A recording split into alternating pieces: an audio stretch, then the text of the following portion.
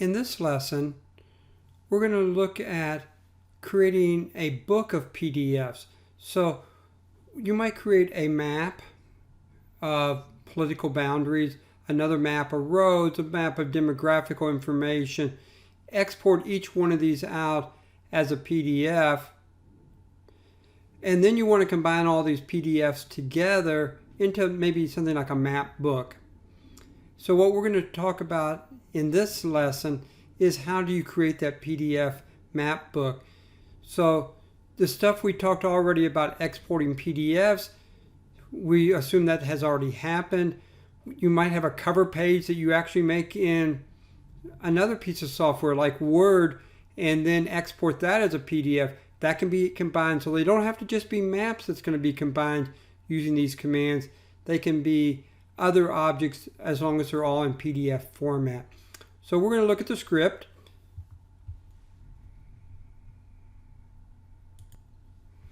So here is the script that we're going to use. So again, we are bringing in the operating system because we're going to be saving some stuff out. Our first variable is our path to where we're going to store the information after we complete it, and it's going to be called test10.pdf. And we create another variable called document, and the document is going to be the PDF document that came out of path.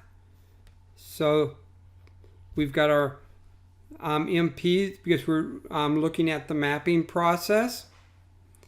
And then we had PDF files that were already created from some fashion. It doesn't matter what fashion they were created from, but they were created from an outside source. They could have been created within ArcGIS Pro. They could have been created by a Python script like what we looked at earlier. So we use this append command, and we keep appending these maps, these documents. Now it could be appended in whatever order we want them to appear in, but the first document is going to be the test 5, the next is going to be test, and finally we're going to have this module 8, more Python, as our third document that's going to be appended there. So the order does make a difference here as we put the information in. Now we can see that we're using the same command 3 times. We might write this in some type of a loop if we had some type of a naming convention to change the name for each file. So like if we had Clark County demographics, we had Clark County population, we had Clark County roads, as long as we could loop through those and maybe have a list variable that we're using as part of our looping process, then we don't have to repeat every line and every character that we're talking about. At the end, we save and close. We don't put anything in between the parentheses, and by not putting anything in between the parentheses, it's going to come back here and use test 10 as the name of the PDF map package that it completes for us.